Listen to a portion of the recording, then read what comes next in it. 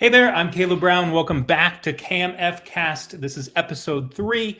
I'm super excited about this one because we have some ex-teamers with us today, and we're going to be a little more random than some of the previous episodes. Previously, we were talking about tech stuff specifically, and we're going to get back to that. But this one is pretty random. We're talking about video game stuff. We are going to talk about some industry trends, which is going to be great. And I'm just really super excited to have some of my fellow ex-teamers with us today. So without further ado, I'm going to start bringing them in. First, we have Mr. Jody. Jody, thanks so much for being here. Hello. My pleasure here. Awesome. We're bringing Andy. Andy, thank you so much for being here. I love your setup. You always have a great setup. I always admire it. I love all the X-Team posters. And your mic looks cool, too. Thank you. What mic is that, actually? I'm curious. I think this is the Chromecast, something like that. I don't remember. Okay. Which one? The microphone? Yeah. I think it's the same that Johnny has. Oh, really? Yeah, that's the there you go. This is the HyperX. It's cool. The HyperX. Bring Oscar in. HyperX Podcast. I think that's the name. Yeah. Hey guys. Hey. And then we have our fellow ex-teamer Lewis in the background helping out, and he's going to toss up some of our topics so we can sort of jump right in and get everything going. But very, very happy to have all three of you here. And like I said, I think it's gonna be interesting that we're kind of covering a lot of topics. And we are going to start out with some industry stuff, which I think is great. But then we're going to get into some fun stuff like video games, some NFT stuff, which I think is really fascinating. I'm trying to learn that space as much as I can. So excited about that. So we'll go ahead and bring in, how do we do this? There we go. Perfect. Our introduction. So we can actually go ahead, I think, and jump into the first topic, which I think is a good one. I think this is, there's probably some hardcore developers listening that might not be for them, but I think it's important to kind of chat about just smart stuff you can do as a developer when you're kind of getting started. So I certainly have my own points to add, but I wanted to see if anyone wanted to kick it off with just some good ideas, some baby steps, sort of things you might not even think about as a developer when you're jumping into the space. Well, from my side, that I'm trying to learn a little bit about, and maybe still deciding in front end, back end, but first time I tried to figure that out, someone told me that first, for example, to learn about JavaScript, I need to get familiar with HTML, CSS, and have a very strong foundation so I can then jump and learn and understand correctly JavaScript.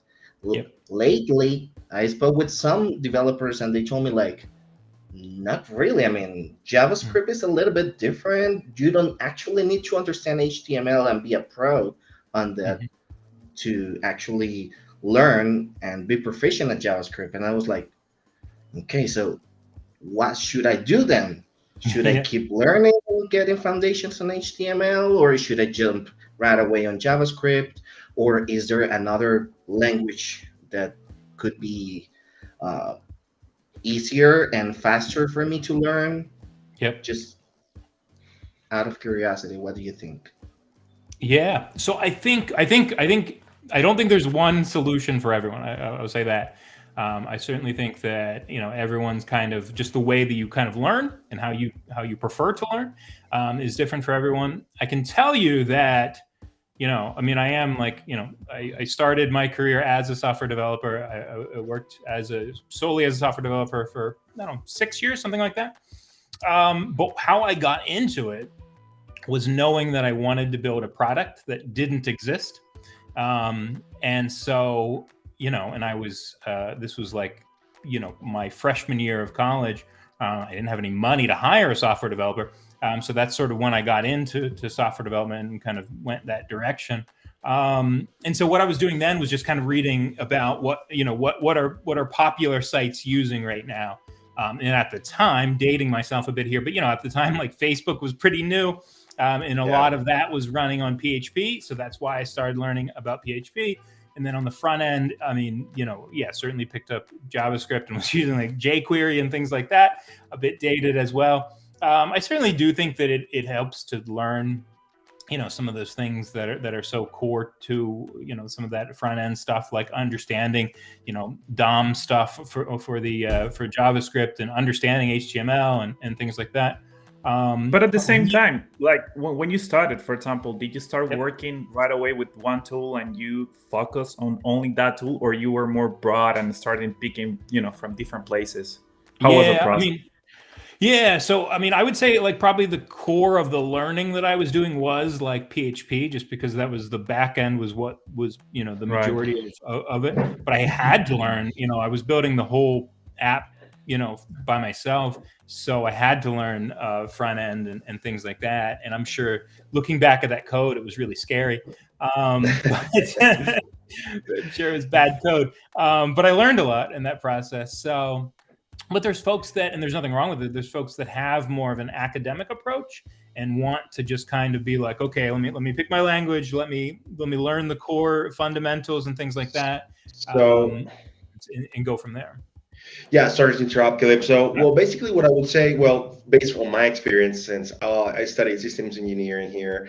Yeah. So, what I would say first is like, you get into this world, what you're saying of programming is like, you don't know anything when you start. The basic programming is, how to program. I actually started like some basic old stuff.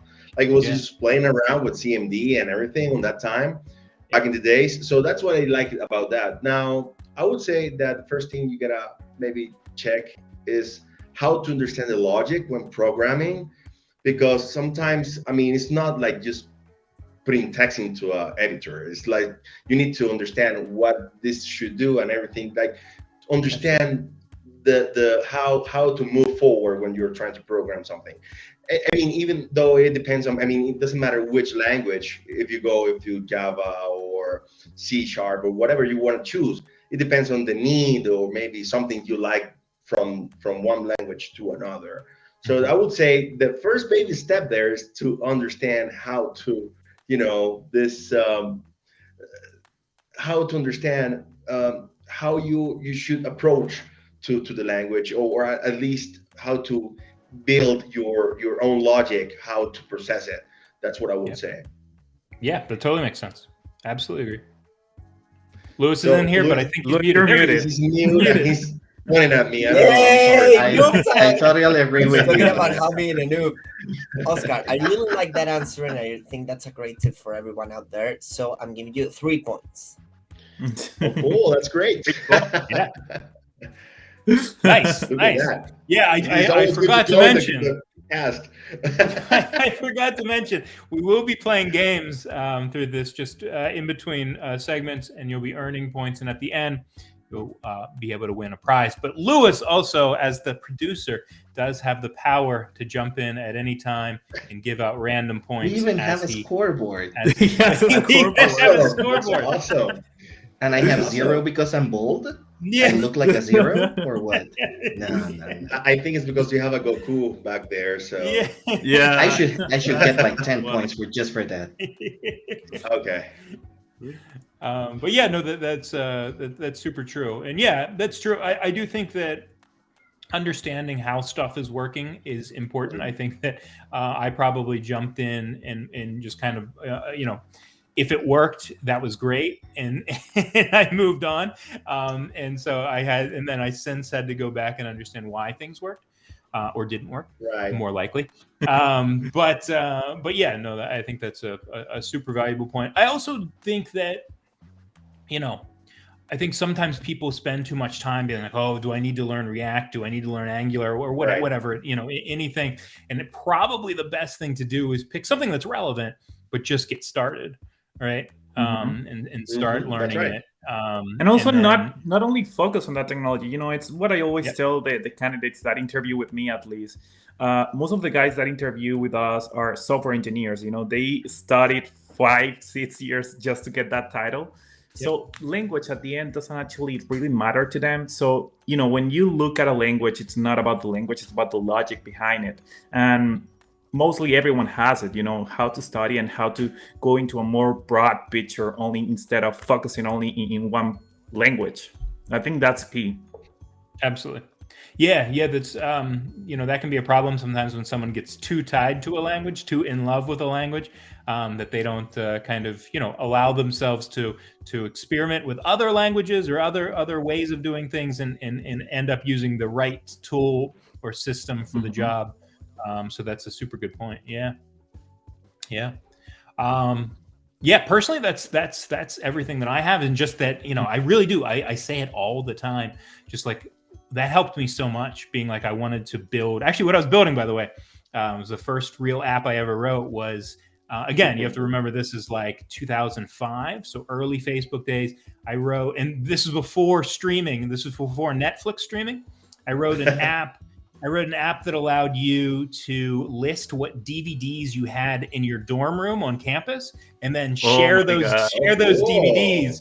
Yeah, so you'd be like, someone was like, they'd have like super bad, like 3 dorms down, and you could message them and be like, "Can I borrow that?" That was which database engine were you using on that time? It was a LAMP stack. It was PHP, MySQL, and then just jQuery, HTML, and like CSS, like inline style CSS, like bad CSS.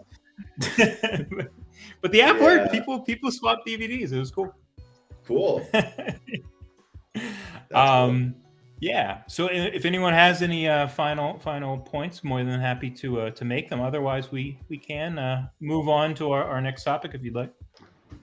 But I'm curious about something. Please. The language will depend on the type of product that I want to create, with the type of app that I want to create. Yes, it depends on that. Yeah, that's the main thing. Like, back like Henry was saying, on his days when he was started doing that, it's because of Facebook actually started to this with.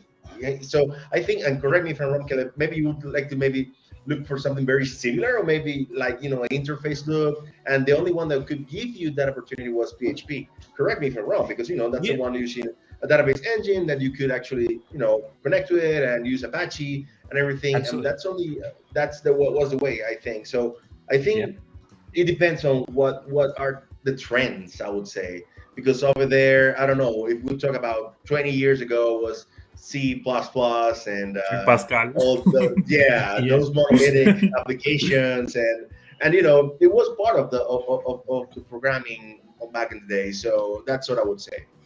And is there any language that you guys would say is like the perfect chameleon, the one that can run or create? You can create anything on it. JavaScript, and definitely JavaScript would be the master. I do believe that in high school right now, or in secondary school, everywhere around the world, they should be implementing programming classes, like mandatory programming classes, because for me, that's like math. I think that's where we're going. Right, I think that's huge, and I don't see that happening in many countries. Yeah, that's a good point. And I go ahead. I'm sorry. I was just going to say, pretty much knowing like some basic Python for literally anyone is probably a good thing. Yeah, probably no matter what job you have, for the most part, like 80% of jobs, it can probably help you in some way. Right. So should I keep learning about HTML, or should I jump directly on learning and understanding? I mean, you need to understand HTML, because it's part of it. If we're talking about a web layout or something like that, you need to know about it. How the code looks like. So because JavaScript is like a friend, if you want to call it that way, it goes like JavaScript does something and HTML is something else. So I think you should know about it. Fair enough. And with that being said, we can kind of move on to another interesting one. I think this one's probably the most fascinating. This topic is probably the most fascinating given our guests here, because you've seen just how and it's a broad topic, but just you've seen how the industry has sort of changed over the years in terms of programming languages like we've talked about, but also just hiring in general perhaps has changed, and maybe even COVID has changed things with we've always been remote, but it's a different landscape with everyone being remote. So it's an interesting space. So yeah, just again, broad, but would love to hear. And it's precisely insights from all linked to three. what I was talking about before, about how everyone needs a bit of programming right now, because literally everything needs programming right now. Like if you go to the doctor, you're going to have a huge database with all your information. If you look at marketing, they use a lot of big data.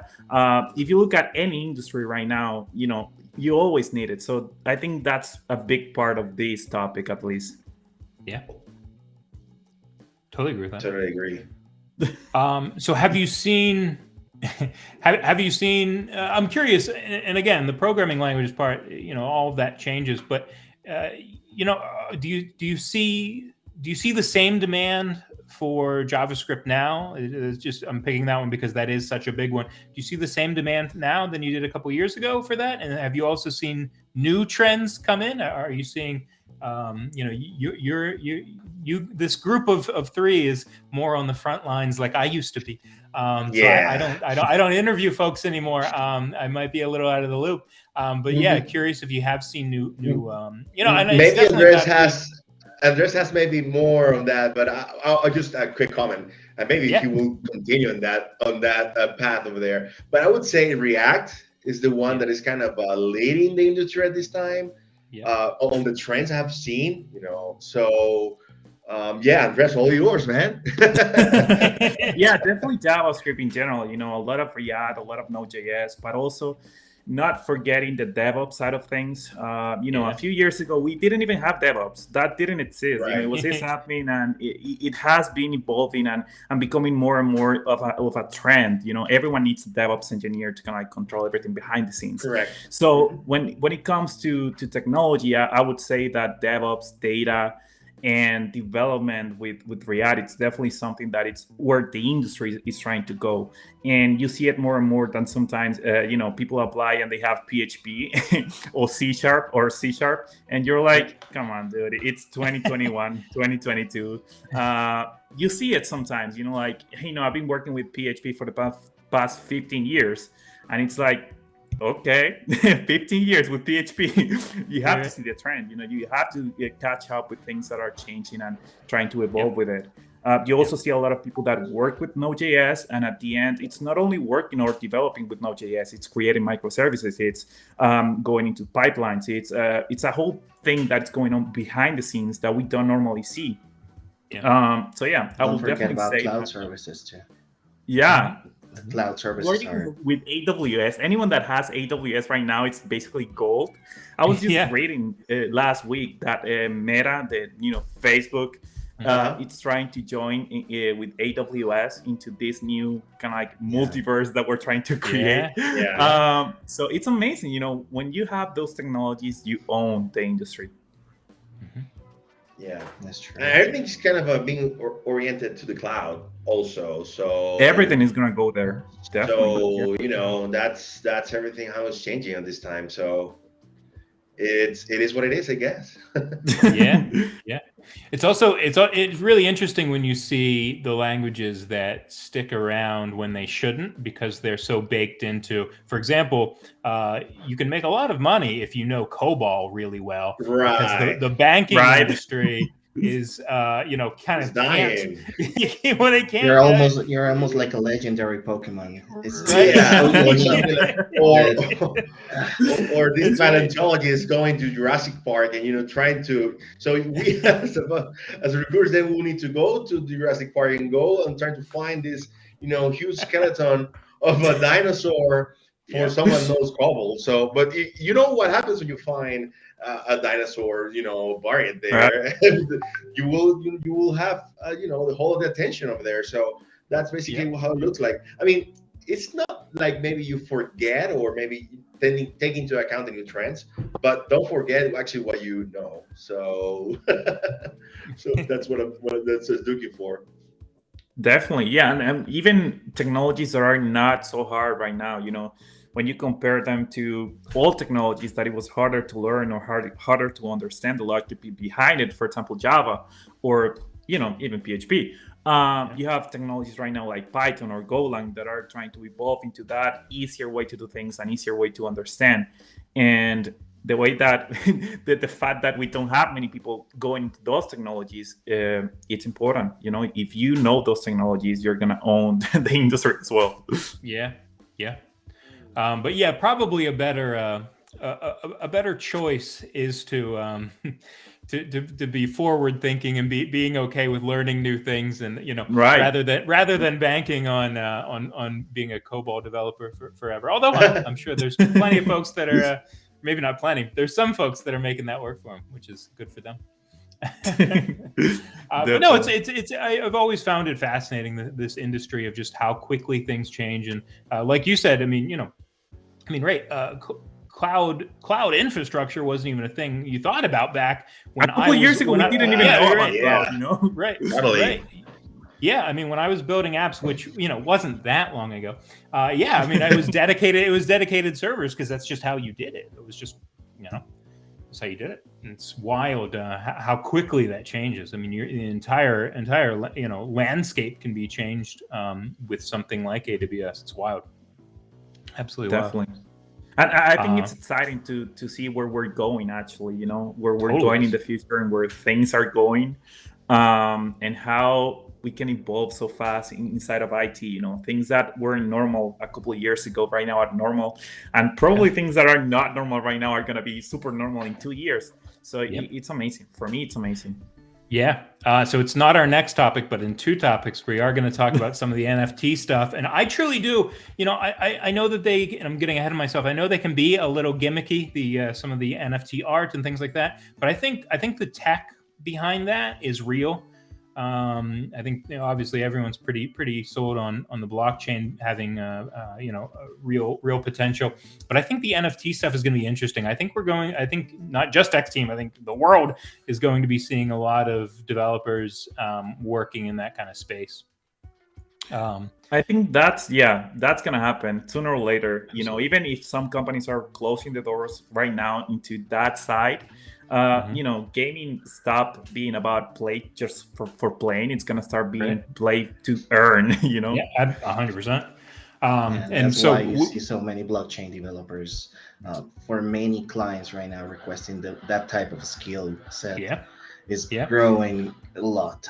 Yeah. Well, yeah. Before we kind of close up on this trend, that's a good way. Well, that's a good way to wrap it up. Actually, is that that's just a good example of that. We weren't talking about the blockchain as developing and on a serious level, a couple years ago, and now it's definitely trending up for sure. So it's interesting to see. Yeah. Right. Without further ado, Lewis, we can move on. Although do we have a mini game coming up? I think we have a mini game.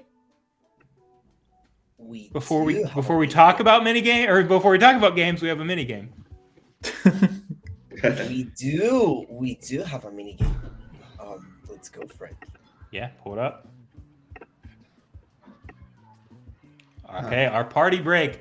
We are doing Guess That Game. I'll set it up a little bit. We're doing pretty popular video game box art. So box art that I bet you everyone here is familiar with. It will start out very pixelated, and every 3 seconds get a little clearer. And what we're going to be doing, use the private chat that all the guests can see on the bottom left. You don't have to answer in the private chat; just kind of use it as a buzzer. You can just slam on your keyboard and kind of buzz in that way the second that you know it. And like I said, we'll be giving 5 points for the first right answer. Lewis, whenever you are ready. Are we ready? I believe so. Are we ready? Let's try. Go. I don't know much about games, but let's do it. Come on. Doom Eternal.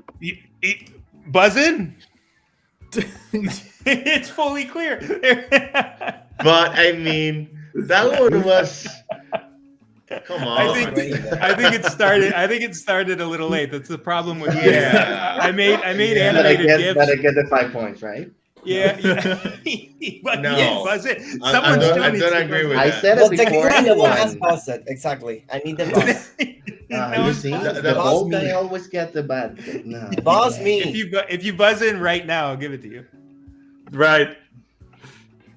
No one's in the private chat right now. No one's buzzing in. Jody, you have to pause it. Jotty, buzz in. There it is. There's my There guy. we Before. go. Five points. GG. 5 points for Jotty. Yeah, what Yeah, happened you there? see. Like, so it starts at 100% mosaic filter and goes down to 0%. And I do think, and that's not Lewis's fault. That's just the nature of the game. I do think we started that animated GIF like halfway through, but that's okay. And Jotty is now on the board. One good one for the bald guy. That's good. We have 3 more. We have 3 more coming up. So you're good to go. All right, we can go ahead and switch back to the topic and start chatting about the worst game launches. I think is our next topic. Worst game launches. And so, for viewers at home, all of these topics are submitted by our panel here, which I think it helps. That means that you have something to say. So I'm curious. I actually forget who submitted this, but I'm curious. It's not a bug; it's a feature, a comment. But yeah. So there we go. I forget who submitted this, but I'm curious. I mean, obviously, I know most recently people are talking about like Cyberpunk 77, or that's the game, right?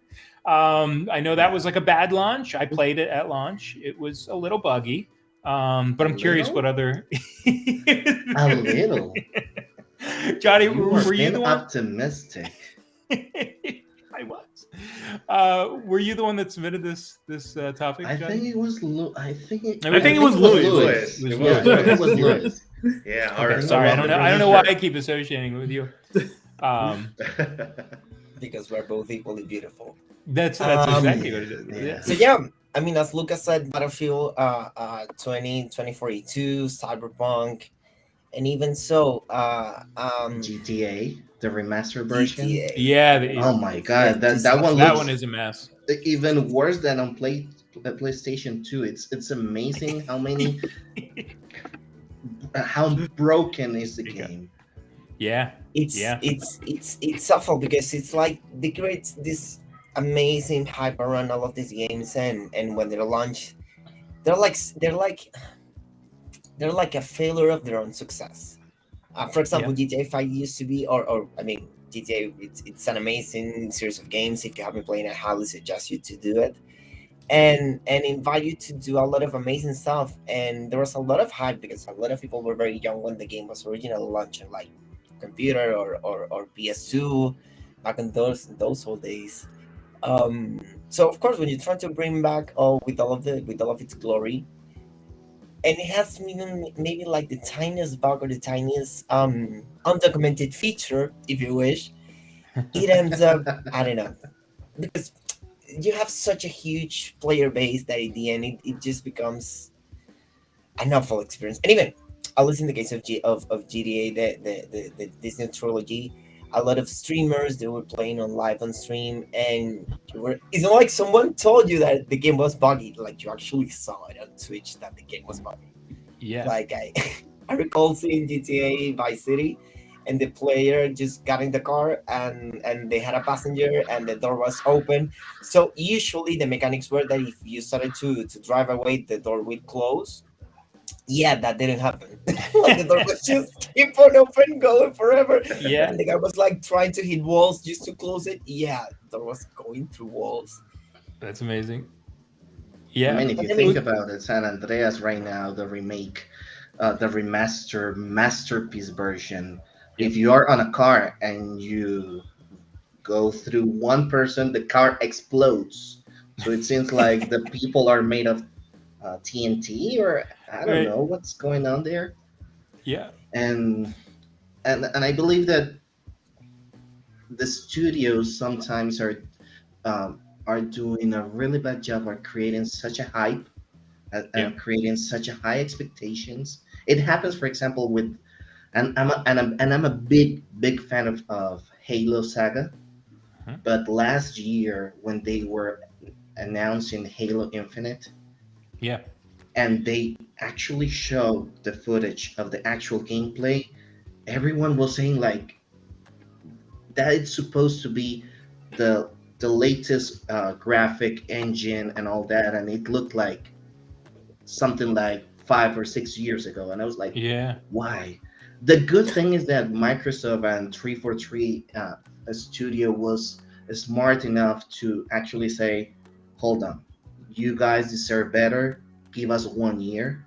And I've been playing Halo Infinite for the past 2 or 3 weeks since the multiplayer got the green light, and now you can say it's a nice game that you can actually enjoy it, that the graphics are decent, that are good. Everyone is waiting for December 8th to for the campaign to launch. Oh, So okay. it's great. But So that's interesting. So sorry. So when I was kind of doing a little bit of research before we jumped on here, I was looking at some of the the worst game launches because there's plenty of blogs out there, and I saw Halo Infinite, and I didn't know anything about it. And so that's what they did. They kind of launched a sort of inferior product, but then they took a year and improved it. they and now they didn't launch it. They showed to the world the trailer, the gameplay, and everyone on the internet exploded saying this is not what we were waiting for. Okay. You should do better than this. And they were smart enough to say, you guys were right. We are they not listened to launching feedback. this. Wow. And actually imagine how difficult was for them that this game should launch when the Xbox Series X launched. Yep.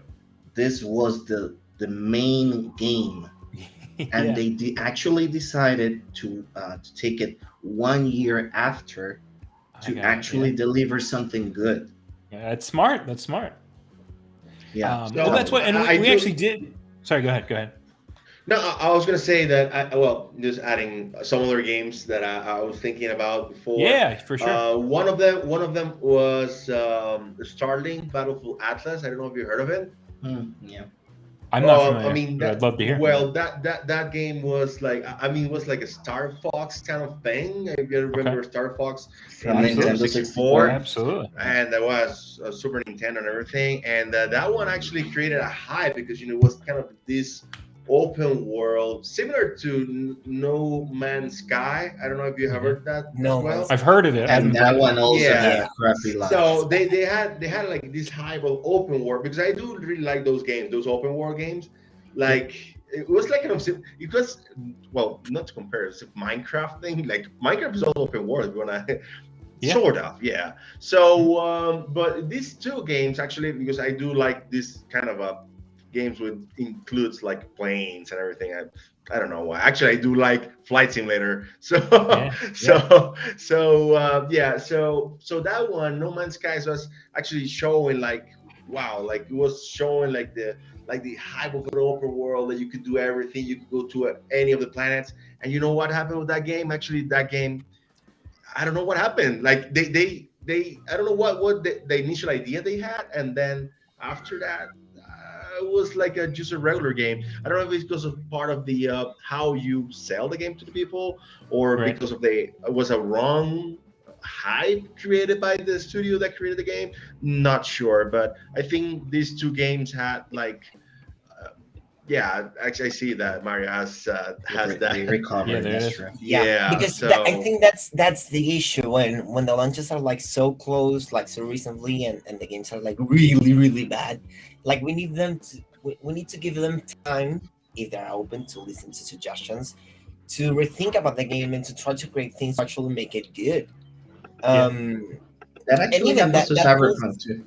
Yeah, that puts a lot of things in perspective. Like for example, the new trilogy, you cannot buy the game separately. You have to buy the trilogy. The trilogy is like $60, and it's like, I'm paying $60 for this.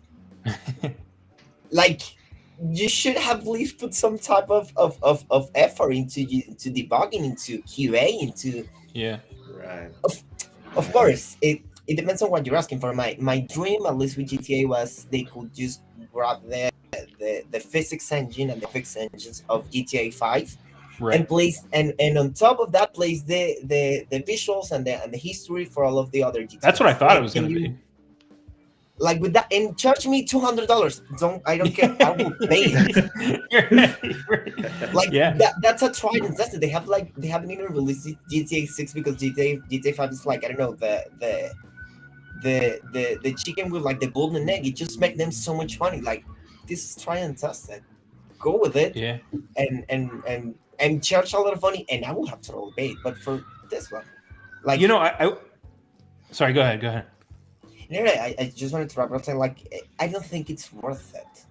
Like, I just better just pay the amount for the original game in Steam and just play the original version. For sure. I mean, technology has evolved so much that game can run the original one at 1080p with integrated graphics with Intel. You know. Yeah.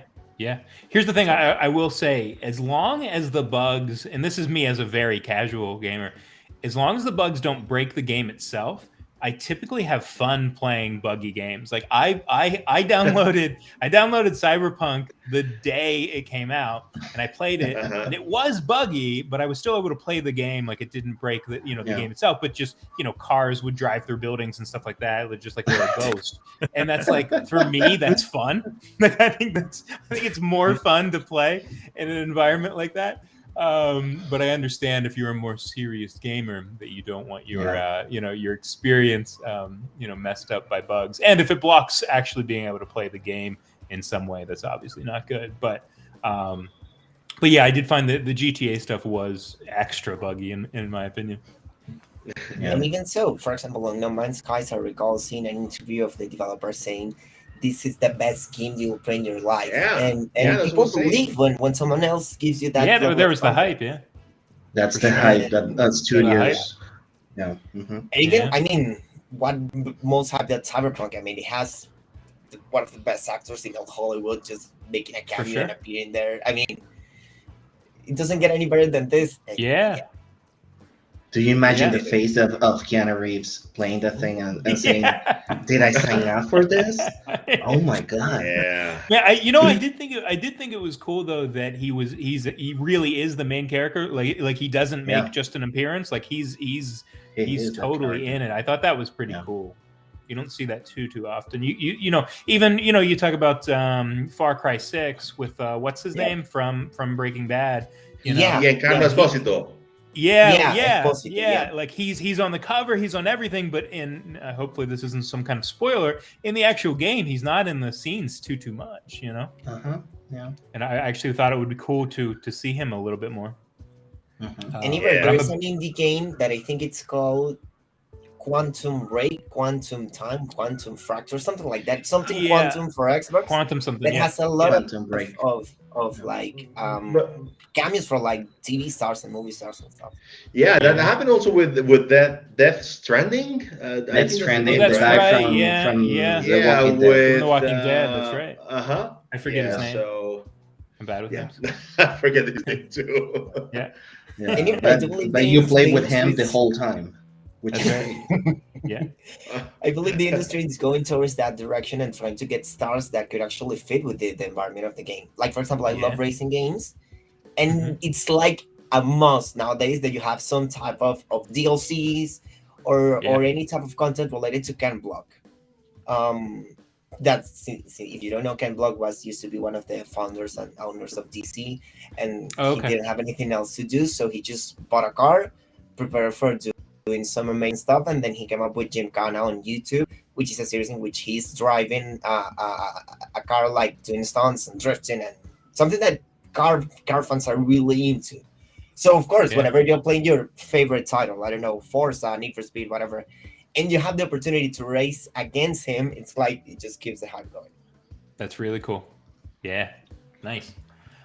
Well, I mean, we definitely riffed on video game stuff there for a second, and we actually our next topic is video games, but it kind of the sort of, I don't want to say future of video games, but there's certainly elements of that. However, I also think we have a party break. The future, my friend. I mean, I'm all for it. I'm all for it. It might be the future. Lewis, I do believe we have. I think we have a party break now between every segment. We do. In fact, we do.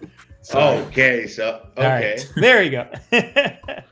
And Okay. Oh, I'm my. ready. I'm ready to boss. I'm ready to boss. Come on. Yeah, we Are have the you private chat. ready? I think we're ready. No, but let's do it. Let's do it. Let me give a second to get things up and running. Just to give a quick recap. Yeah. If you're looking at the stream and you want to be a part of it, you can always join our Discord. That's Keep right. it over there. You can find the is. link. And have a lot of fun on this. We are going to try to play. We're going to try to. I don't know how we're going to do it, Lewis. But we're going to try to have someone in the Discord on the last party break be able to submit their vote, and they can also win something from X Label. Nice. But we'll do that on the last one. I'm ready. Bring it on. Oh, Zelda. what was that? Zelda. No, it's Nailed me. it. And I fit. No, it was me first. Come on. No, It was me first. you can see the chat and you see that I'm first. The chat. I And don't know I what can to do even now. give you the name of the character, Link. And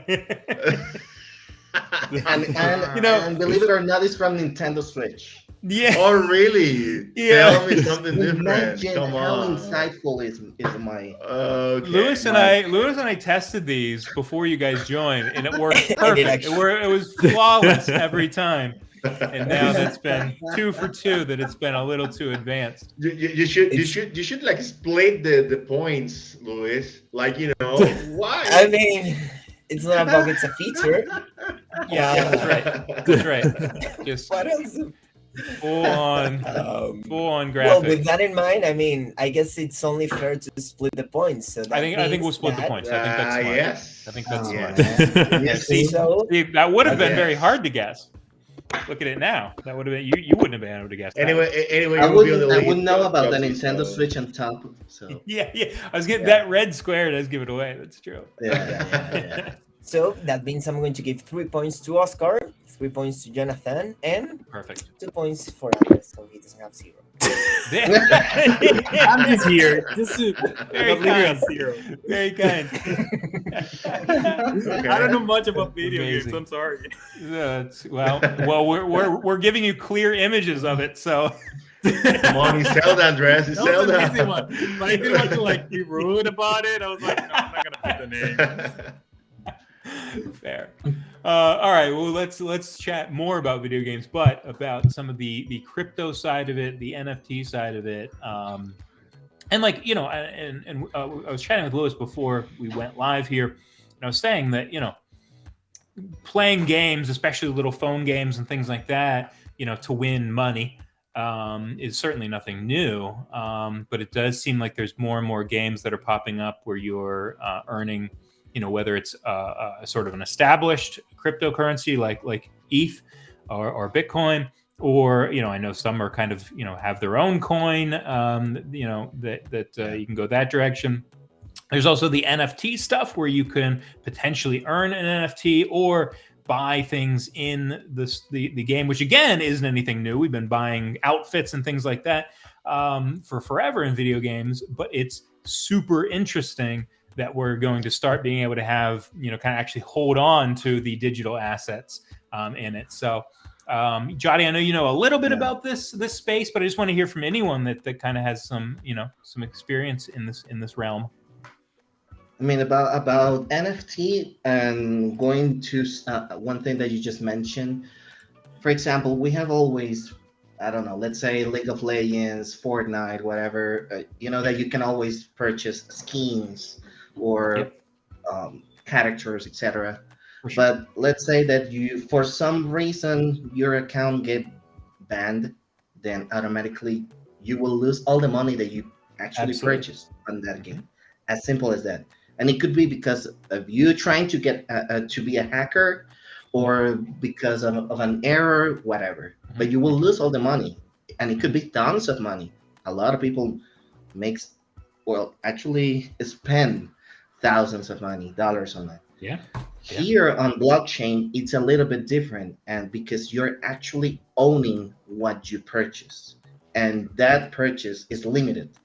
It's not infinite. Like for example, in League of Legends, millions of people can purchase the same skin, and still, if another million people comes, another million will be there to buy. But here it's a little bit different because on blockchain is a finite number. So, for example, if it's I don't know, a shield or a sword or a laser weapon, whatever, and the creator decided that only 30 are going to be out there.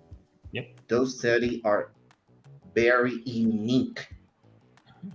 So if you purchase or you get one of those, you will be able to use them on all the other games that will support that blockchain NFT asset. So you own that digital thing, if you may call it like that. Sure. So it's a little bit different, and on top of that, I don't think that anyone will complain about gaming, and sometimes getting very competitive, and on top of that, getting money, and sometimes it's huge money. Andres was telling us a little bit of a sad story. I don't know if you share it with everyone. Sure. But I so I'm do based think in that Argentina, and a lot of people. I know a lot of Venezuelans here, and for some reason, that's kind of like a trend between between cultures, and it's now becoming a trend here. I met two guys actually. The first guy, he bought 20 funds just to play, just to have like the farm things, and grow the farms, and then they get like plants, and with those plants they do another thing, and then that's how they make the profit. I don't understand so much how it works. I just know that it's very profitable. And the guy bought like 20 funds just to be on top of that every single day. Like that's his job. He doesn't work. His job is to play the video games. And then I met this other guy that lost a lot of money. He actually lost like his lifetime savings, like $2,500, something like that. He quit his job because he was gonna, do what the first guy was doing, just play and live out of the profit. And after he bought, everything on the game, the next day somehow the currency like changed. You know how crypto is. Some days it's up, some days it's down. It's very volatile. It went down very bad, and it hasn't been up ever since then. I believe he told me it was UTC. It was some kind of unit like that inside the game. And he bought like 100 units to $20 or something like that, and then it went down to cents on the dollar. So can you imagine that? Just depending, you putting your life in a game and then going bankrupt, basically. But that's basically where we're going. Crypto. It stopped being about playing for playing, or playing to pay someone else for something that everyone has, like it's for example Fortnite, and now it's more about playing for something that you can own in that game, and not only in that game but in that universe, let's say, because you can migrate that to other universe. So you can think of like getting this phone, but I can use this phone here because it has an ID, and then I can go to another video game and use the same phone because the same ID is compatible with that with that game. So I think that's amazing, and I think in the future we can see this stage as like the door to the metaverse, or to what Facebook and big companies in the video games industry are trying to create, at least. I think being able to port over things that you buy, whether it's an outfit or a weapon or whatever it is, with two video games, even if they're in different, like totally different worlds, but they've worked together, that those items, those digital assets, can be used across games. I think that's going to be really fun and really cool. Right. It's also it's going to open up people have been like building up their World of Warcraft accounts and then selling the accounts and things like that for forever. But it's going to bring a whole new kind of world of just acquiring the rare things, and then having a third place marketplace where you can actually kind of safely, without getting scammed, hopefully, being able to buy I think we're gonna those have assets. a bit of everything, you know. I think there's gonna be absolutely. scamming, there's gonna be competing. It's gonna be awesome, I think. Yeah, it's like like you guys are saying, like it's like the second iteration or the second version or the newest version of how to make this kind of trading. Like I've recently been into Valorant and those type of FPS competitive titles, and I've heard that there are some skins in CS:GO that you can sell over for $5,000. Yeah. Just a That's skin crazy. for a Wow. run. Yep. $5,000. Absolutely. Like Well, I don't know it's wild. anything related to $5,000. I don't know if They you need guys to saw sell that, everything. Just but last week there was a plot of land in some universe, metaverse, I don't know where. They sold it for $2 million. You Yep. know, Sure. it's a What? plot of land. Yep. Yeah. A That's plot how of crazy digital it's land. getting. Oh, it's wild. Yeah. There's a page called Earth 2, and you can actually purchase digital lens. Don't Mhm. kill me, I did.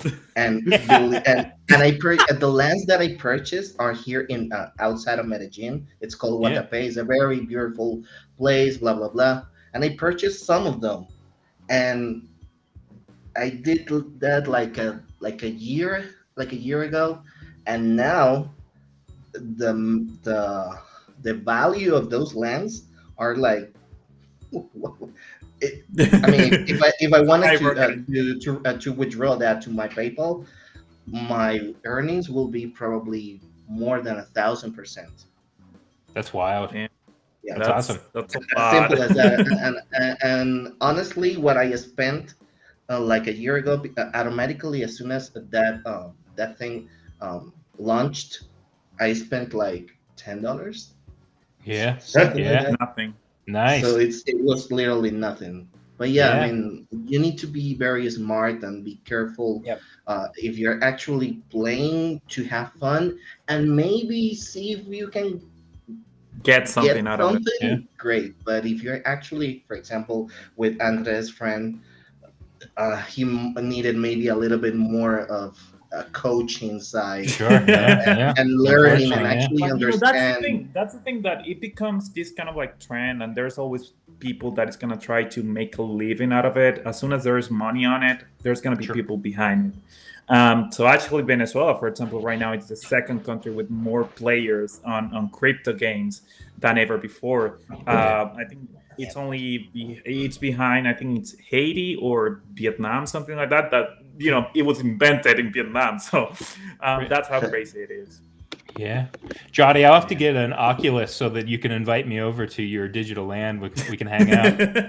Yeah. And we meet can up actually in play the there. metaverse. That's It's a amazing. thing already. I mean, It is, the Matrix. When I was a kid and I saw Matrix for the first time, I Yeah. thought that was never going to happen. Now we have And it metaverse, and we have on top of that a new movie of Matrix. So something's happening. Even in the I'm world. just keep thinking about that chapter of The Simpsons in which they're like all grown-ups, and something like that is going on a rave, and she just like hook a USB to the back of her head. She just like connects, Yeah. guys, and you see the image of she's like partying a rave, and it's like That looks like a Might be going there. weird Black Mirror episode. Yeah, for sure. yeah. Yeah. Awesome. Well, I'm just hoping that whenever we get there, I don't get Rickroll on my head. That would be really bad. Yeah. Just walking by, doing my own stuff, and then I'm gonna get you. Oh my god. Well, I don't know if you guys ever saw that movie. I was asking Caleb about that movie, Ready Player Which one? One. I think that's the name of a Yeah. movie. Oh, I saw it. Yeah. It was directed It's a by really- Steven it's a Spielberg. nice one. I think that's something like that is gonna happen. Not so radical, but something like that is gonna be in the future. Yeah, I actually haven't Maybe watched it yet. that's I'll radical. maybe watch it tonight. Man, that's interesting though. That's like I didn't know. I'd heard about some of the. I'm just thinking about what I kind of learned chatting about this.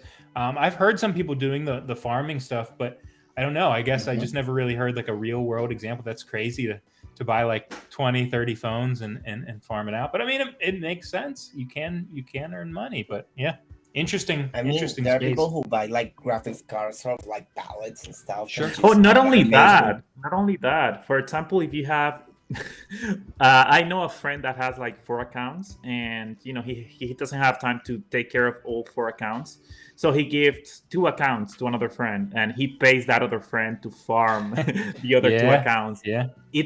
It's amazing. It's like a whole industry, and if you think about it, and if we're already planning to get plots and get land in a virtual way, I saw an article saying that, for example, Mark Zuckerberg said that even clothing brands are going to be migrating into this digital world, and how a big industry and how a multi-millionaire industry that alone is going to be, only clothes in the next metaverse or whatever. So I'm super excited to see what's going to happen, Yeah, me too.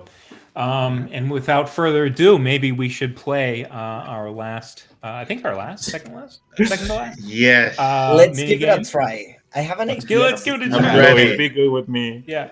I'm ready. Like I Let's said, see if now when I'm ready. Lewis and I were trying this, flawless before we went live. It was Oh, flawless. and it's working flawless. It's still working flawless. Yeah. Keep it up. They should flawless for who? Yeah. Let's see Yeah. if it resets. It does. All right, there it is. Oh, Okay, we're okay. starting. This is good. This is good. Even I don't know what it is. Is that a Digimon? A Pokemon? Oh, it's starting to get clear. Oh. You have to buzz in. Buzz in. Ah! Come on. Andres No, won. it was me GG. first. No, it was me. It was me. It was Oscar. No. It was Oscar. I'm first. No. Yes, Yeah, it it was is. Oscar. Yes, it is. It was. On your Definitely. face. Definitely No, Oscar. It was. On your face. No, I can show you. Let's make it fair. Let's split it in three, because Andres also did a great job. Yeah. Tell me more.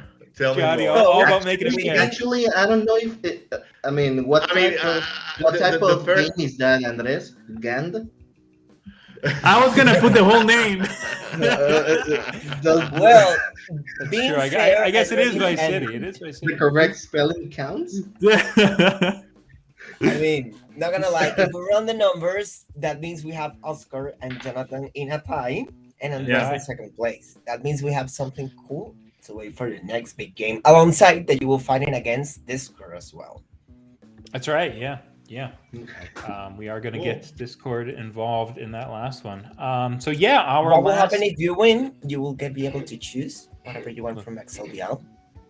That's right. Oh god. Yeah, in any piece that you like from X Label. I just got my. I should be wearing it. I'm not, but I just got my crew neck sweatshirt in, and that's actually why I'm not wearing it, is because I've been wearing it so much that it's already in the ready to go in the laundry, because I've been wearing it a ton. It's so comfortable. It's really soft. It's great.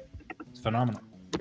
So yeah, winner there, and in Discord we'll get their own whatever you want from the X Label line, which is really awesome.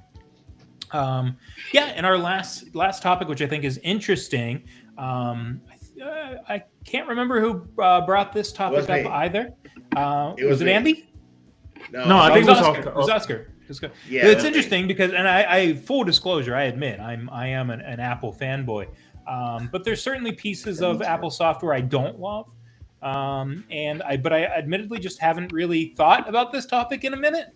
So I'm happy that we're chatting about it. So Oscar, we can kind of start with you, since you're the one that brought it up. Sure. What I'm curious what software from Apple in particular. you're talking So about. I would say, Caleb, is like, since Apple started to get better into the hardware, I mean, the Apple hardware right now is really good and it's very efficient. If you take into account, this M1 processors that, the silicon, they move from, these mobile devices to this case, MacBooks, and now they're bringing everything to the silicon. What I would think is like, I don't know, that's strange. Like, there are some things that could be even better with that power they have.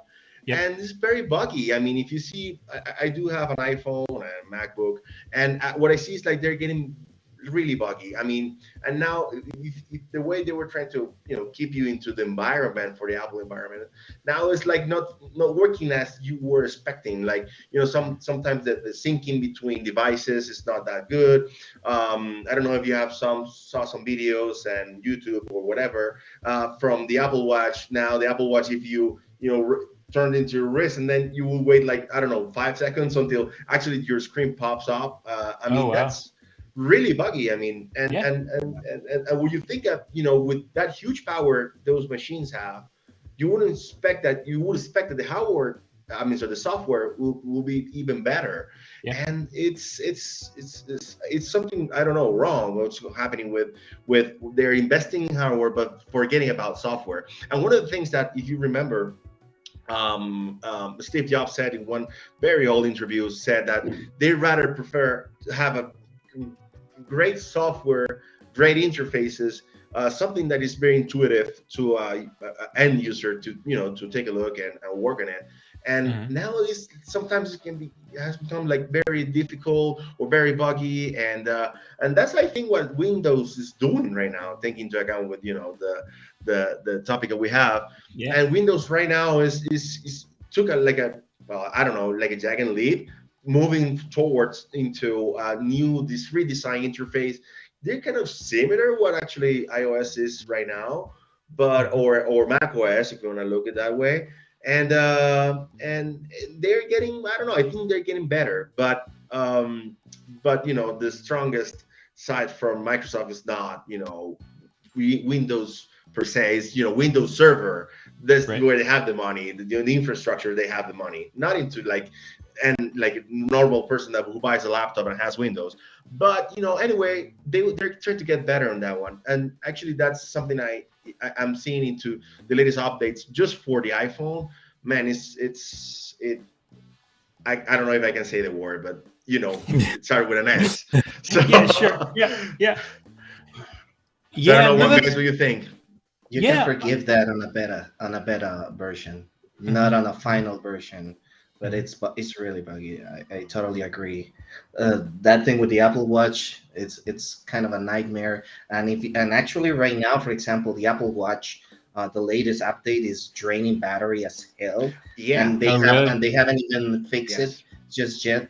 I don't know what they are waiting for. Hopefully they do it as soon as possible. But for example, this thing, usually I do not keep the always on display. And usually they 2 days. Usually 2 days. 2 days, pretty much. Now 2 days. It's a day and a half, and something like that. Yeah. And you can actually see that it's draining power really, really, really fast. Interesting. So, wonder what's causing that, right? Like, what's obviously Apple. Ton of money, tremendously talented engineers, hardware and software. But I wonder what's happening. I mean, are they releasing too quickly? Is it sort of that what we're talking about with the video games, where they're launching stuff too fast? In order to keep up. It's a publicly traded company, right? They have to, hit metrics and get people excited about new stuff, and sometimes that means not delaying something that maybe should be delayed. But I'm just curious if anyone has any insight for any of those products as to why that's happening. I don't know if it's it cannot be an insight because I don't work in Apple, but I think they are a burden of their own success. Like, this is going to sound very bad, but this is like one of the best eras for technology. Like, people are in lockdowns. They need technology to stay connected, to stay engaged, to talk with their friends, stream, whatever. So it's the best moment to capitalize on new products, new launches, and therefore that keeps pushing you to keep always something new in the loop to keep releasing and obviously keep selling and making money. And I do believe also, let's not forget that it's Apple, right? And it's the same Apple that used to damage batteries just by updating the phone. Yeah. So maybe some of these things that are happening are not, really, how do you say that? Fate. It's just or malfunctions. It's just something that they are intentionally doing maybe. Yeah. That's also something we can consider. But it's weird because I come from the end. I recently-ish, so almost like 6 months to a year and a half, I was able to do a full migration into Apple ecosystem, and I don't have any complaints. Like I actually, of course, there are a few things, but that you can complain. Like for example, how Apple has a very different way of managing file system and file explorer and type of files that you can use. So when you're trying to do migrations or moving from one platform to the other, it can get messy real quick. For example, if you try to save a file in one hard drive and then move it to another hard drive that it's on Windows, they're not going to work. It's going to be Apple. So avoid that. But once you're fully in, I mean, my experience has been flawlessly. And I believe it circles back because I do have all the equipment. Like it's an iPhone 8. It's not the latest phone. It's the M1. It's not the latest laptop. And my Apple Watch it's the first Apple Watch that they ever released. So, like, and I was checking out, and I think they're on the Series 7 right now on watches. When did that happen? So. Something like that. I was like, Series 7. Yeah, I'm still on the Series 2. I never updated. Oh, wow. I'm on Series 9. I don't use it. So it's like this thing is discontinued, so it doesn't have any more updates. So it works as the best that it can work. So it does the job that I needed to do. Same applies with my phone and the laptop as well. So it's awful to get in here, but once you get in here, you understand one of the cool things that they offer. And what are also the crappy things that, for example, there's not any way of upgrading your computer down the line. It's like it goes with the same premise. Do you actually own your electronics, or you just like pay like an amazingly large type of lease just to own them and to have them?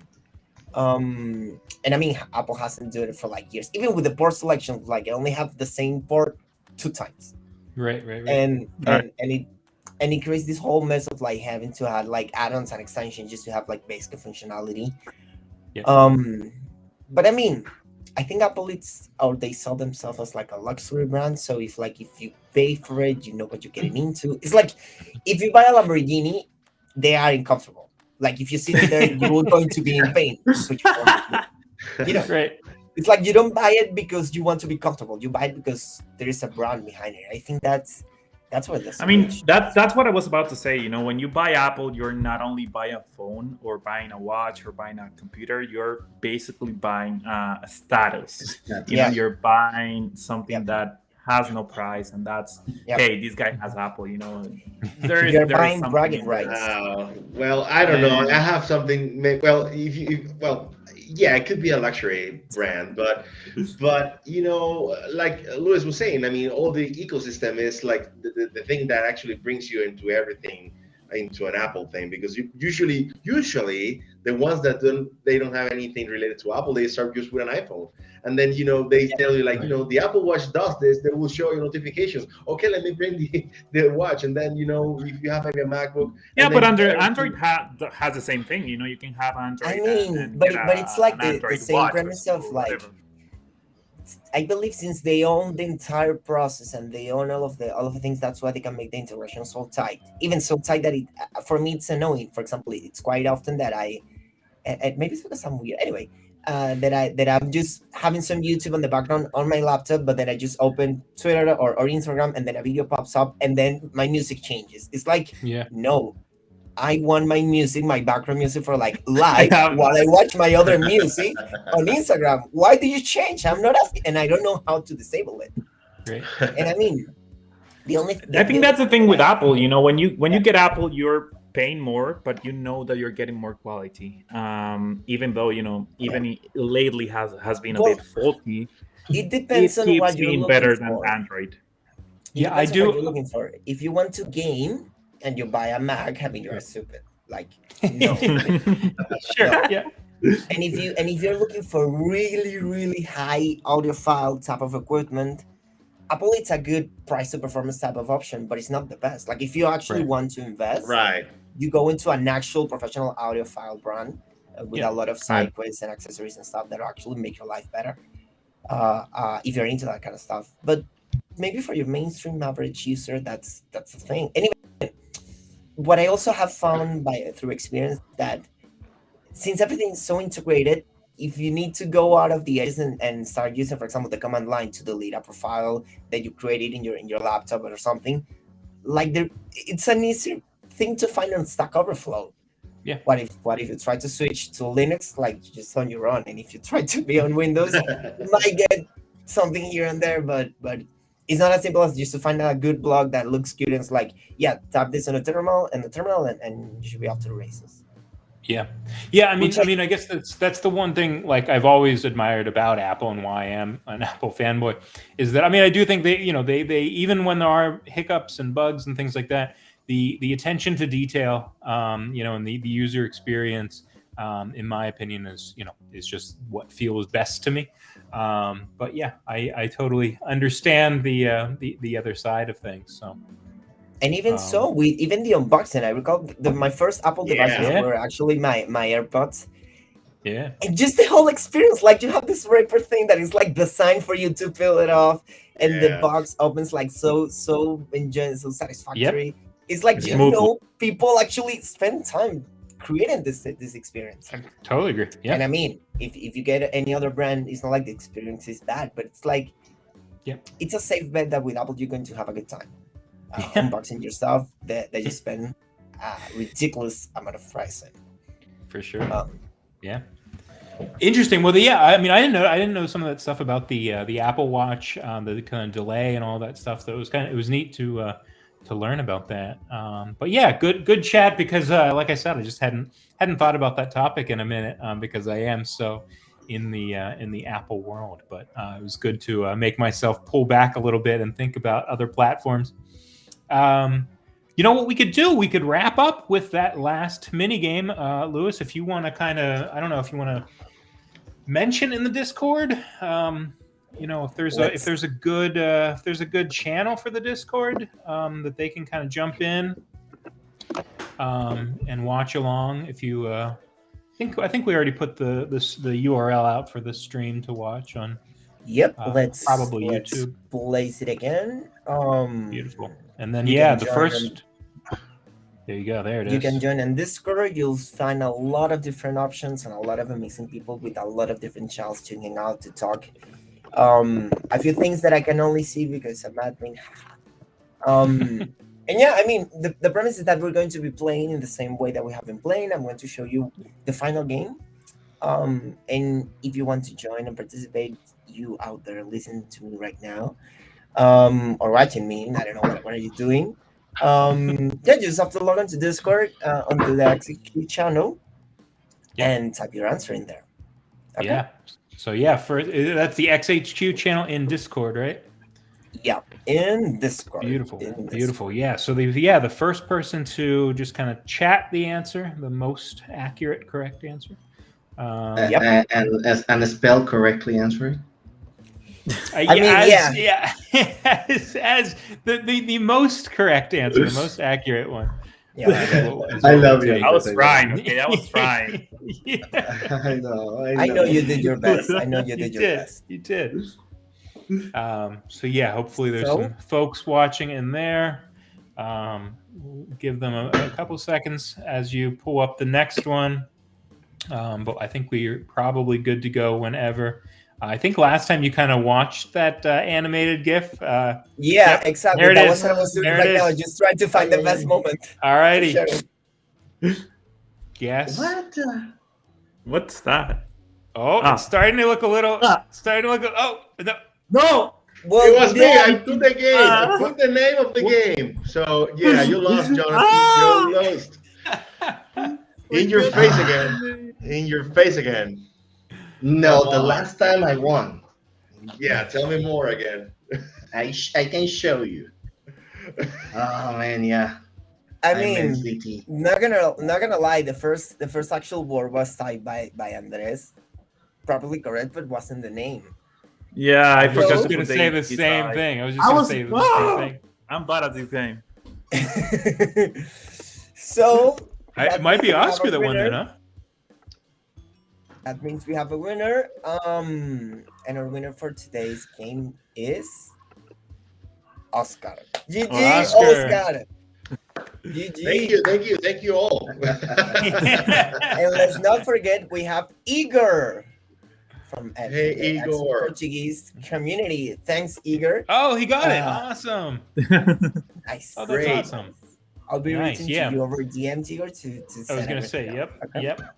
Lewis will follow up and get you whatever you want from the X label line, which is pretty exciting. Like I said, that sweatshirt I have, probably the most comfortable sweatshirt I have, for real. Really great. Yes, it is. Awesome. Yes, it is. Well, yeah. So I thank our guests so much today for joining us. I think it was fun, even though we had only done 2 episodes prior. I think it was fun to do sort of a random episode and cover a lot of things from kind of chatting a little bit about the industry to getting into video games and getting caught up to speed with some of the Apple stuff that I wasn't familiar with, some of the buggy stuff. But yeah, thank you guys so much for joining for episode 3 of the KMFCast. I'm Caleb Brown. See you guys. Thank you. Thank you.